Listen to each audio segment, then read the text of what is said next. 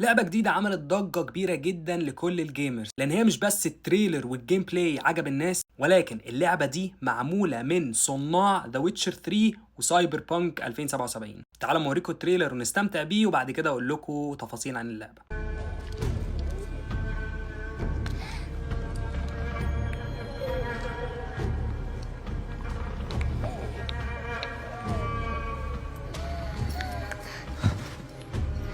I don't know.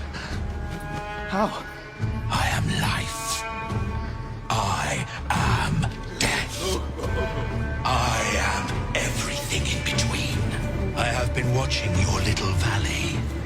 Pestilence, famine, killing. Blood spilt carelessly like water.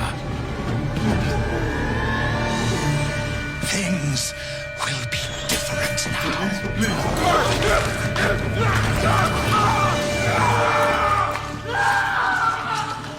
For all of you.